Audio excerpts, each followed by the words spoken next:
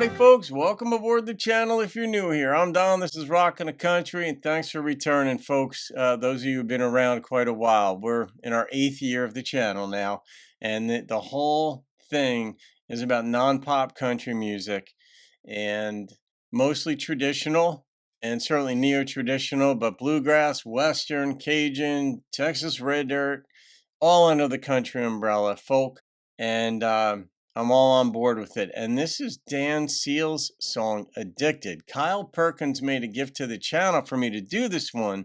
So Kyle, shout out to you. Thank you for that. When people make a gift to the channel, I get the reactions up generally within one day. But depending on my workload, you know, I have other things that I do. I'm a life and executive coach and such. Normally within one day, sometimes two. But they get up very quickly, whereas just normal requests, I may not get to them at all because I get so many of them. But anyway, I don't know the song. And when I see a title like Addicted, I'm like, well, addictions take many forms. And I mean, this could just be what it seems like. Maybe somebody's addicted to some drug, alcohol is an addiction, all that. But maybe it's a funny song where the dude's like addicted to a woman's smile. I don't know. You know, it's just one of those words that has most words have multiple usages, and applications. So anyway, Kyle, thank you for this gift, my friend. Let's see. Yeah, now where did you say you are? What state you're in, Kyle? You mentioned it the other day, and I made a note of it, which guaranteed. Well, I have a pretty good memory, but there's a lot that I have to remember these days. But you know, I know John O'Dowd is right here in Jersey. I don't think you're in Pensy. Something tells me you're down south, but you could let us know. All right, here we go. So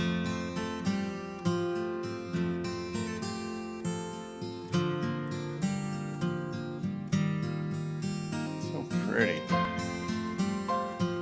Piano. It's going to be poignant.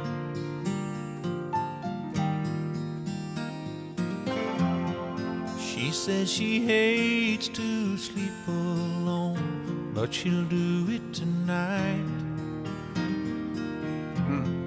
She wants to grab her telephone, but she knows it ain't right. So if he won't call, she'll survive. And if he don't care, she'll get by. Climb into bed, bury her head and cry. This is such good suspense. I still don't know what the addiction is. She's not addicted to loneliness. Maybe she's addicted to him. From the beginning, he was all anyone could have been.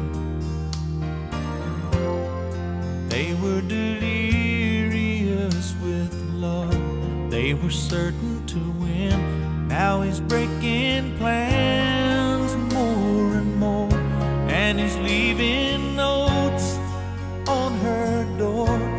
Took a trip out of town, couldn't turn this one down. He said, I guess I should have told you before. She says she feels like she's addicted to a real bad thing. Always sitting, waiting, wondering if the phone will ring. She knows she bounces like a yo-yo when he pulls her string. Hurts to feel like such a fool. She wants to tell him not to call her, come around again. He doesn't need her now at all the way that she needs him. She's on the edge, about to fall from leaning out and in, and she don't know which way to move. Oh, no. This is love. She wants to be fair, she couldn't say he was ever unkind. But if she could bear to walk away, she thinks he wouldn't mind, 'cause he just keeps himself That hurts. so apart, and there's no. That hurts when you feel like you don't matter. That is a shitty feeling. There's no other way. I mean, that is an absolutely dreadful, awful, horrible feeling to feel like you don't matter. Uh, so many thoughts in my mind, and they're not competing thoughts. They are conjoined thoughts about, times in my life where I felt like I didn't matter, no matter how much I'd given, and not necessarily in my prior marriage, because that's not who I'm referring to. But it has happened where, wow. And so I can relate to this. That's one thing about songs that move slowly like this. You're like, oh, yeah, it gives you plenty of time to think, reflect, feel, and those memories to sort of saturate back down into your heart. And you're like, oh, God, there it goes. It hurts again. All right. There we go back in for the final round. One else in her heart, so she's taking a dive from an emotional high Yeah. and coming down hard. She says she feels like she's addicted to a real bad thing, always sitting, waiting, wondering if the phone will ring. She knows she bounces like a yo-yo when he pulls her string. It hurts to feel like such a fool. She wants to tell him not to call her, come around again. He doesn't need her now at all the way that she needs him. She's on the edge, about to fall from leaning out and in, and she don't know which way to move. It feels like it was She made for a says she movie. feels like she's addicted to a real bad thing, always sitting, waiting, wondering if the phone will ring. She knows she bounces like a yo-yo when he pulls her string. It hurts to feel like such a fool. Oh, oh. And she don't know which way to move. Oh, oh. It hurts to feel like such a fool.